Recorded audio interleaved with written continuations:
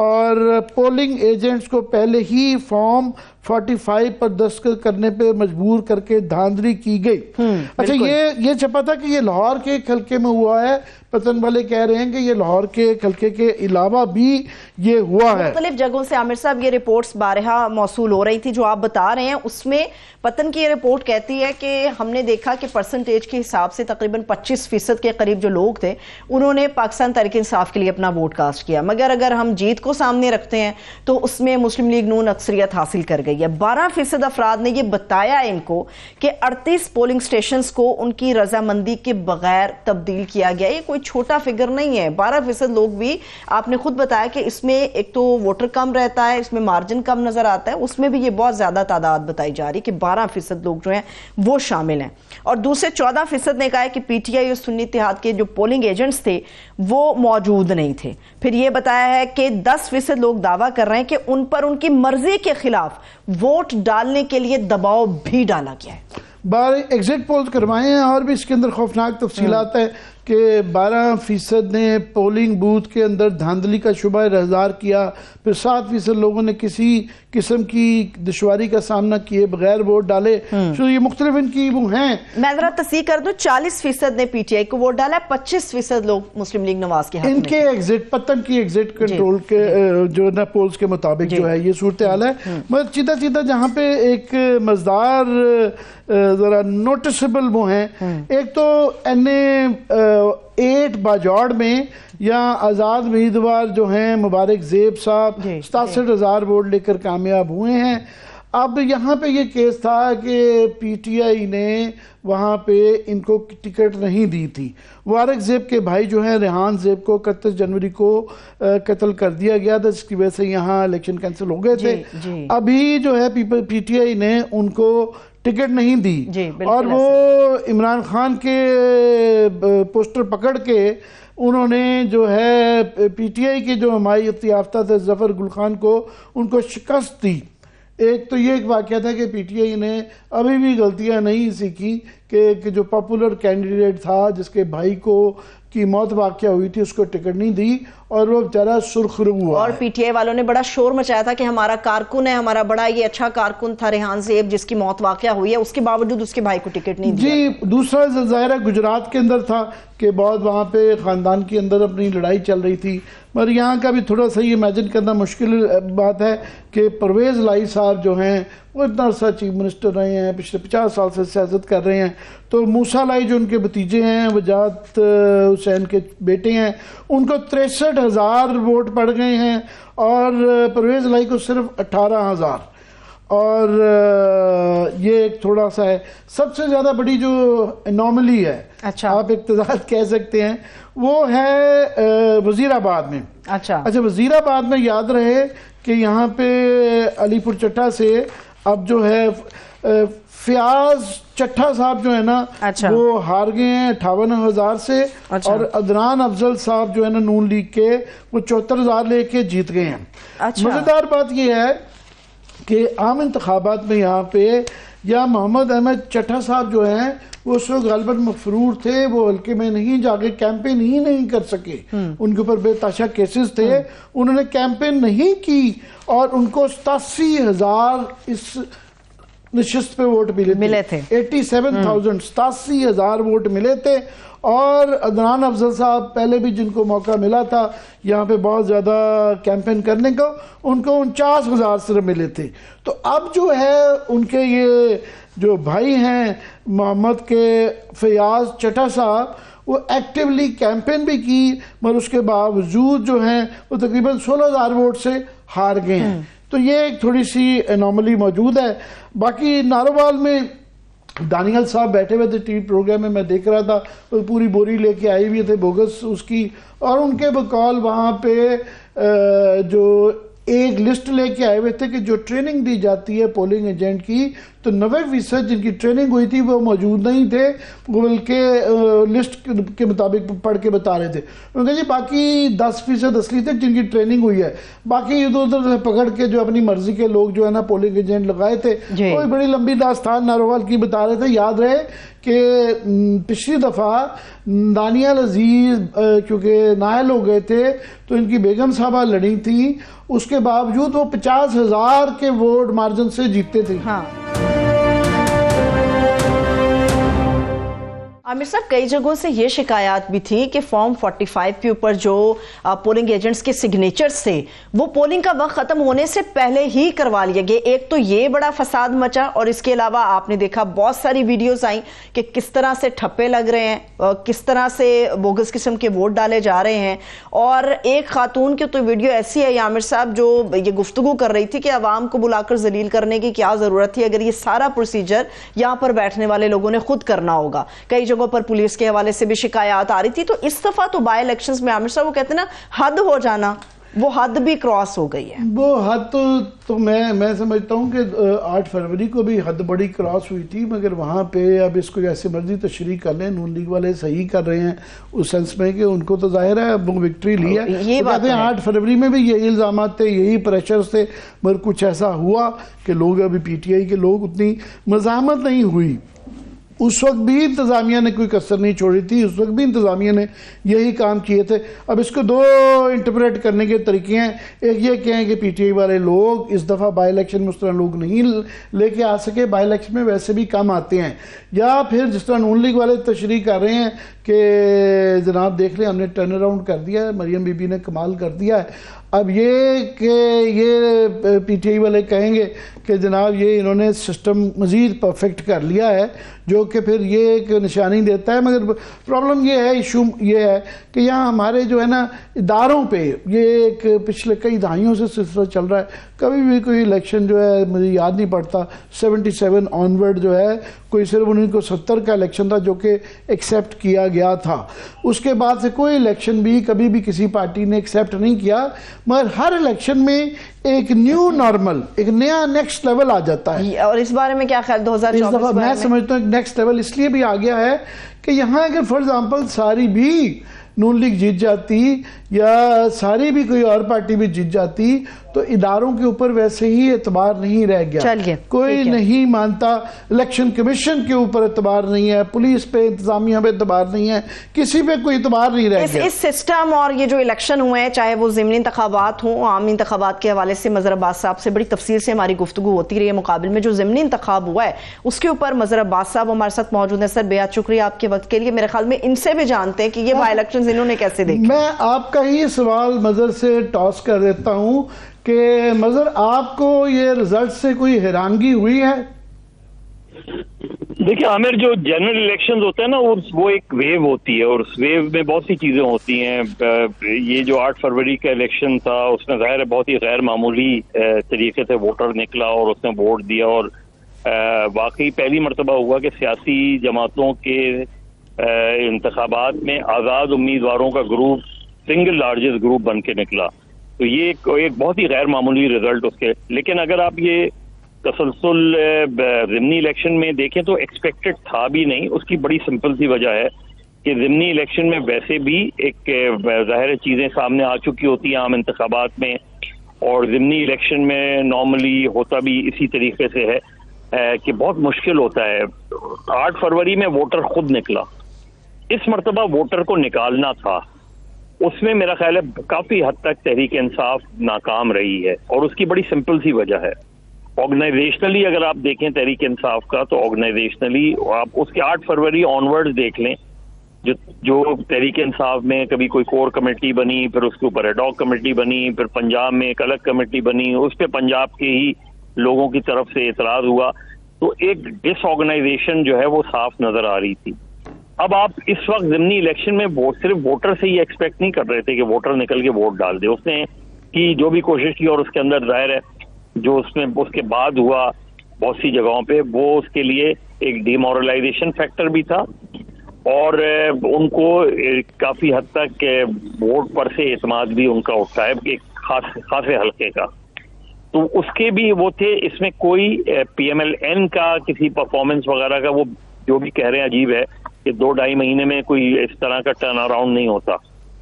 یہ بہت واضح تھا. میرا خیال ہے اگر PTI صرف لاہور کی 2-3 کانسٹیٹنسی پر ہی سارا زور لگاتی, کیونکہ ان کے لیے, اور دیکھیں پرویز ملک والی جو کانسٹیٹنسی آپ مجھ سے بہت بہتر جانتے ہیں, وہ پرانی ان کی کانسٹیٹنسی رہی ہے ہمیشہ سے. لیکن PTI نے جہاں جو کانسٹیٹنسیز کو پک کرنا چاہیے تھا وہاں انہیں زور. اب آپ سوچیں کہ جس دن ضمنی الیکشن تھا اس دن شیر افضل مروت کراچی میں تھے, اور کراچی میں کوئی الیکشن نہیں تھا, تو ان کی کراچی میں پریزنس کی کوئی ضرورت نہیں تھی. ہی شوڈ ہیو بین ان پنجاب, یہ سارے آرگنائزیشن. تو اس میں مجھے PTI کی آرگنائزیشنل ویکنیسز بہت نظر آئیں اس ضمنی الیکشنز میں.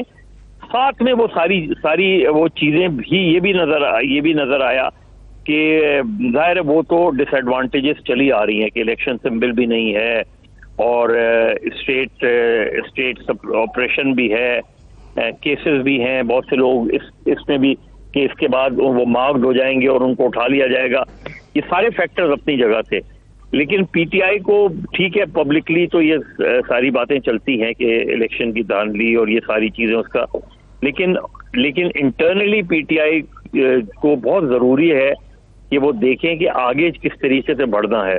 ابھی انہوں نے اناؤنس تو کر دیا ایک تحریک کا, اور تحریک جو ہے وہ بڑی چیز ہوتی ہے جب آپ تحریک لانچ کرنے کی بات کرتے ہیں.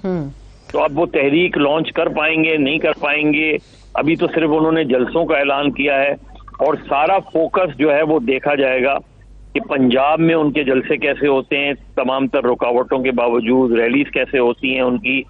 یہ ساری چیزیں جو ہیں, کیونکہ اب صرف PTI نہیں ہے, 6 جماعتی اتحاد ہے, اس میں اور لوگ آتے ہیں نہیں آتے ہیں, یہ آگے کا فیکٹر ہے.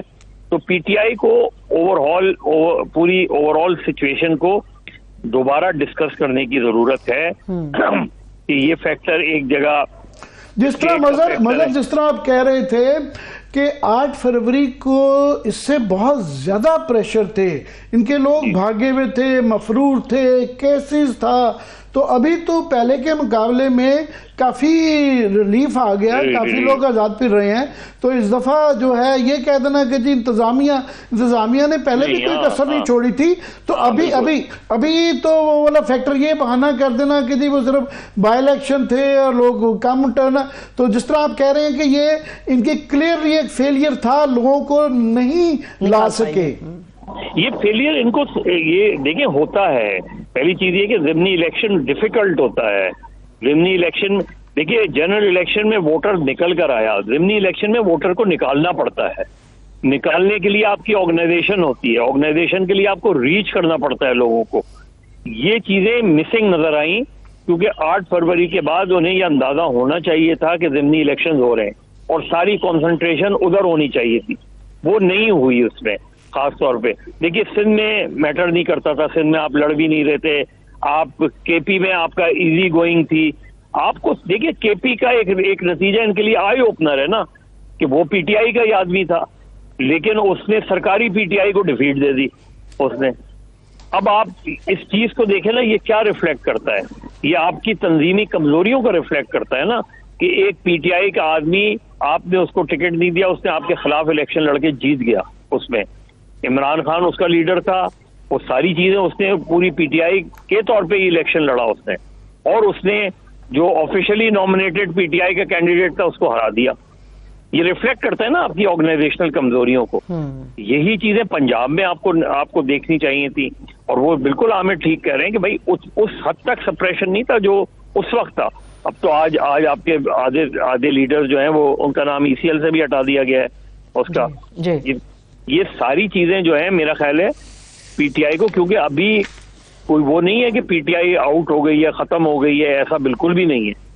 مگر وہ ختم نہیں, مگر بک سٹاپس ان پنجاب, ظاہر ہے پنجاب سب سے بڑا صوبہ ہے, 12 کروڑ عوام رہتے ہیں یہاں پہ, پاپولیشن وائز سب سے بڑا ہے, تو گھوم پھر کے ایک سال کی جو پی ٹی اے کی کہانی ہے کہ ہر جگہ وہ کر لیتے ہیں، کے پی میں کر لیتے ہیں، کوئٹہ میں بھی جا کے کر لیتے ہیں، مگر پنجاب میں ان سے ہمیشہ زمان پاک سے بھی دوڑ گئے، باقی جگہوں پہ بھی۔ پنجاب میں آ کے جب یہ تحریک آتی ہے ایک سال سے سٹوری پی ٹی اے کی یہی ہے کہ پنجاب میں نہیں ہوتا، مطلب تو اس کا کیا مطلب یہ لیں کہ یہ پھر جس طرح اتنا عرصہ گزر گیا ہے، پچھلا ایک سال گزر گیا ہے، 2-4 سال اور گزر جائیں گے؟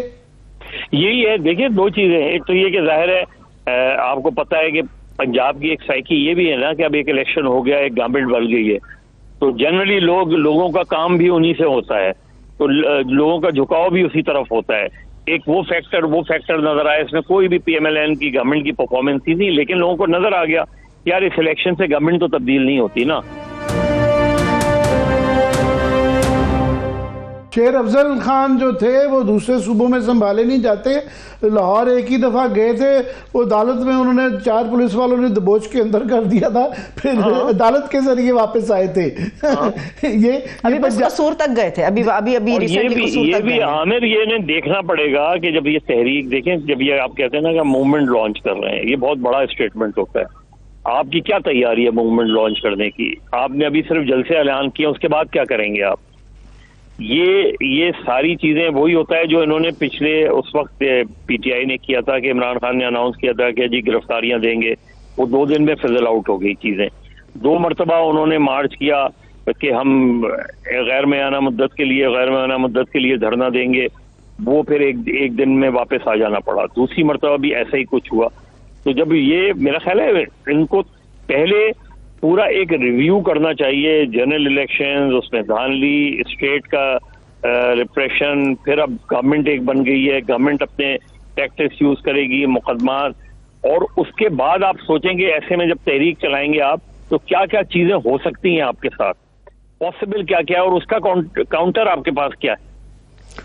مظہر ایک میں بالکل اس کا مخالف ویو لیتا ہوں۔ ایک تو یہ ہے کہ جناب پنجاب کے اندر یہ ڈس آرگنائزڈ بھی ہیں، کمپلیسنٹ بھی ہیں، اور ان سے بہرحال وہاں پہ تحریک ابھی تک نہیں چلائی پا رہی ہے، اور آپس میں لڑائیاں مارکٹائیاں چل رہی ہیں۔ ایک تو یہ ہے کہ ان کا مخالف نقطہ نظر یہ ہے کہ اس دفعہ بہرحال یہ 2018 کے اندر صرف 1-2 پارٹیز تھیں جو کہ کہہ رہی تھی کہ جناب یہ الیکشن میں ہوا۔ اس دفعہ اپوزیشن بہت بڑی ہے کہ پی ٹی آئی کے ساتھ جماعت اسلامی ہے، ان کی کراچی میں پریزنس ہے اور نئی ان کی لیڈرشپ آئی ہے، پھر محمود خان اچکزئی ہیں اور اختر مینگل ہیں۔ اختر مینگل کا یاد رہے کہ خزدار میں شفیق مینگل بہت زیادہ اسٹیبلشمنٹ کے کلوز مانے جاتے ہیں، وہاں کے چیف منسٹر کے بڑے قریبی دوست بھی ہیں، وہ وہاں سے ہار گئے۔ خزدار میں اختر مینگل کی پارٹی نے اپنا کینڈیڈیٹ انہوں نے جتوایا، وہاں پہ جیتے۔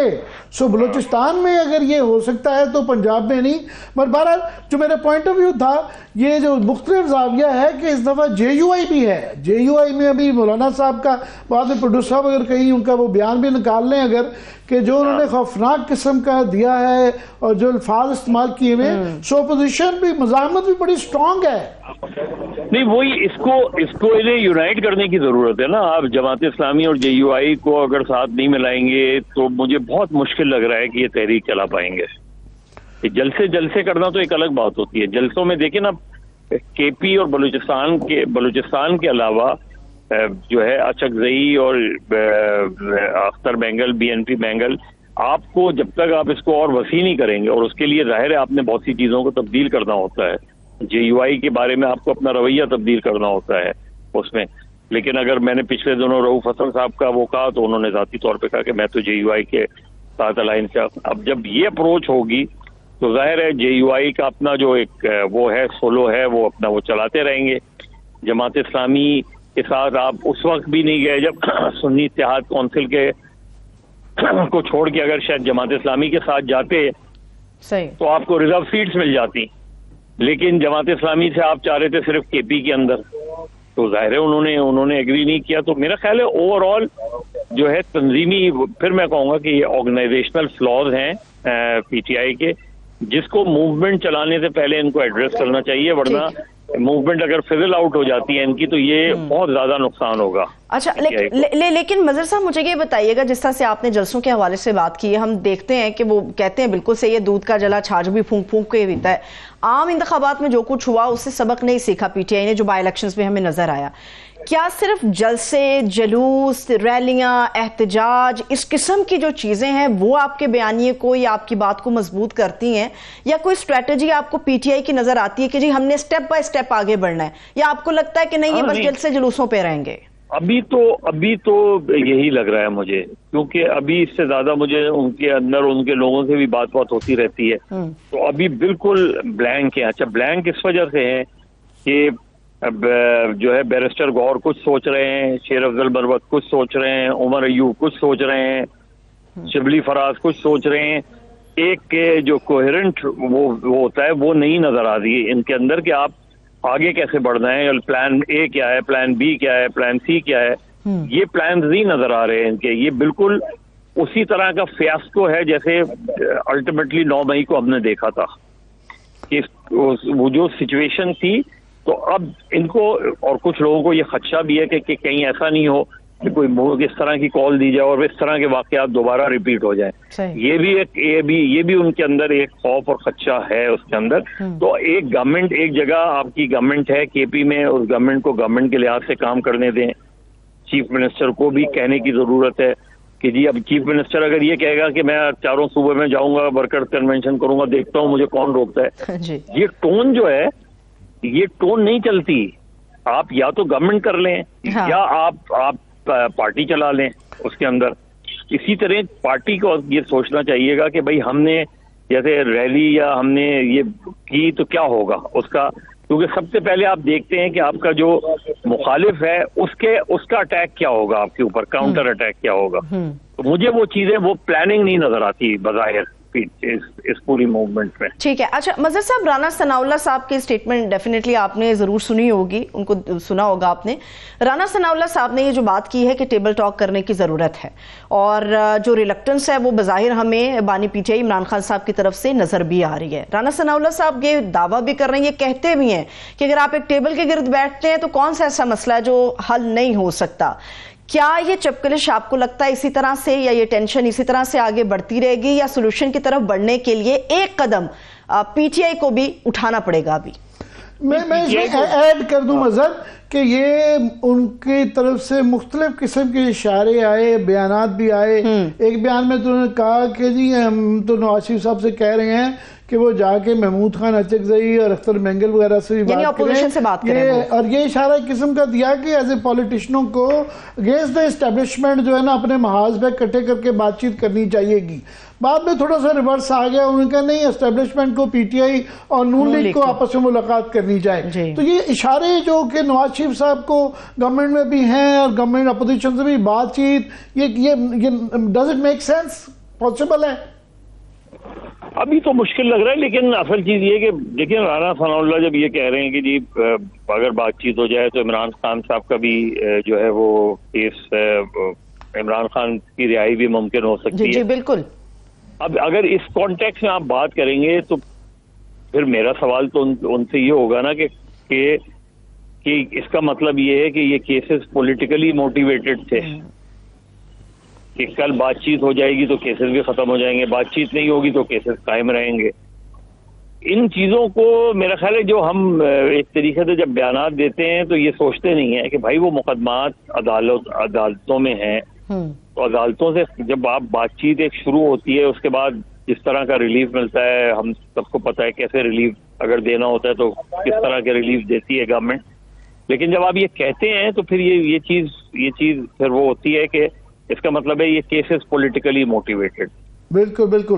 کوئکلی لاسٹ ورڈ کہ ایک تو ہم نے یہ کہا کہ ظاہر ہے پی ٹی آئی کی اس کے اندر ڈس آرگنائزڈ یہ ہے، مگر یہ دوسرے یہ بھی کہا جا سکتا ہے کہ یہ فارم 45 والا جو ٹیکنیک تھی اس کو پرفیکٹ کر لیا گیا ہے، جو آئندہ آنے والے کبھی الیکشن جب ہوں گے، جب کب بھی ہوں گے، تو نظر آ گیا کہ سسٹم مزید امپروو کر گیا، سافٹ ویئر از پرفیکٹڈ.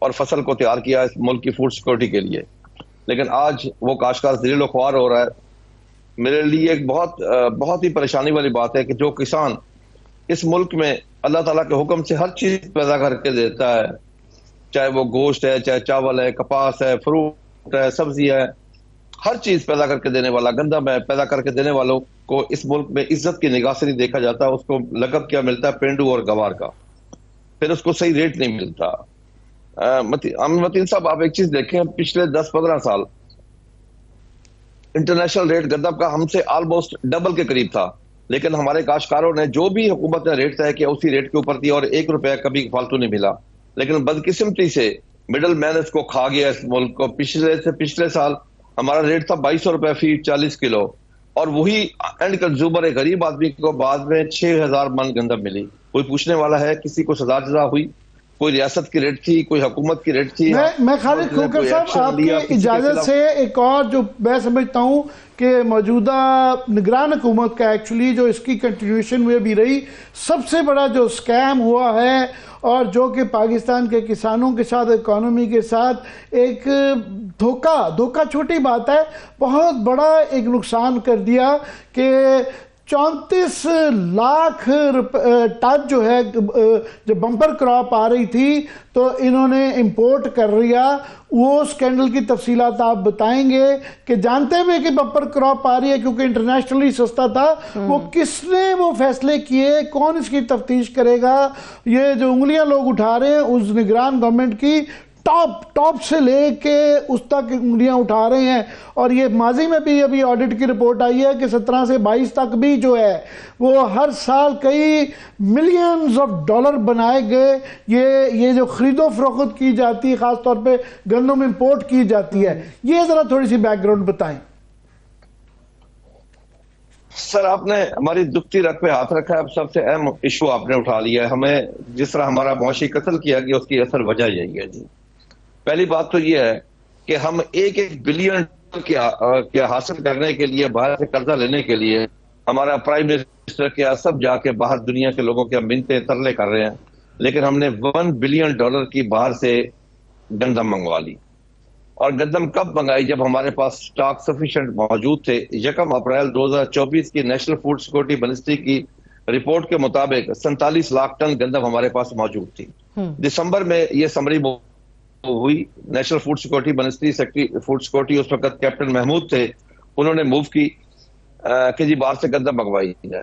ظلم اس نے یہ کیا, حد سے زیادہ ظلم یہ ہوا کہ کیپ ہی نہیں کیا گیا کتنی منگوائی چاہیے.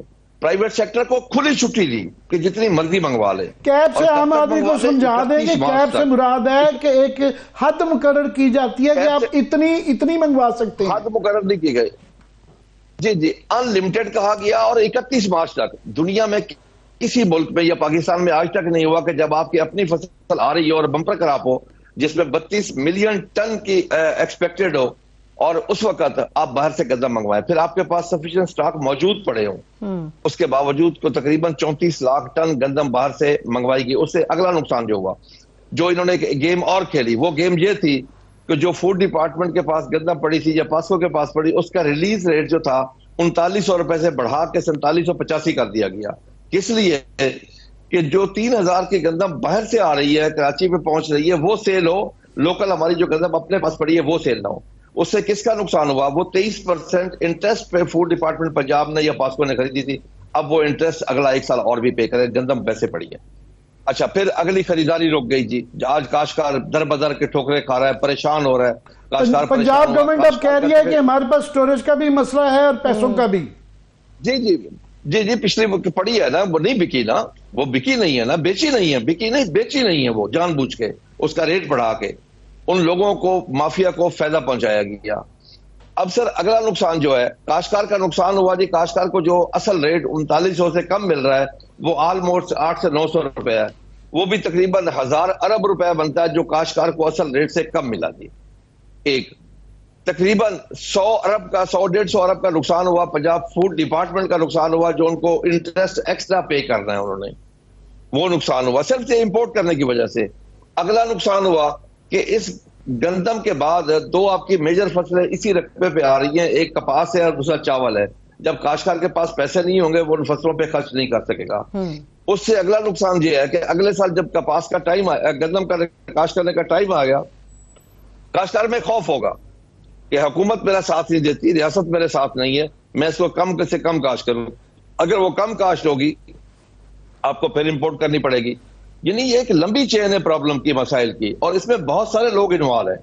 میری اس پہ گزارش ہے کہ اس وقت جو ECC میں بیٹھے تھے, جو سمری موو کرنے والے تھے, جنہوں نے گندم کا ریلیز ریٹ بڑھایا, اس وقت جو کسان جو ہے سو نہیں پا رہا, آسمان کی طرف دیکھ رہا ہے کہ کہیں بارش نہ ہو اور قرضے نہیں اتر پا رہے. ہم آپ سے کل دوبارہ رابطہ کر کے یہ پتہ کریں گے کہ کوئی اچھی خبر آئی ہے نہیں آئی, مگر یہ ضرور بتا دیں گے لافلی آپ سے خدا حافظ کرتے ہوئے کہ یہ جو جن لوگ قصوروار تھے ان کو ترقیاں دی گئی ہیں. الحمدللہ نگران گورنمنٹ کے بعد بڑے بڑے عہدوں سے نوازا گیا ہے.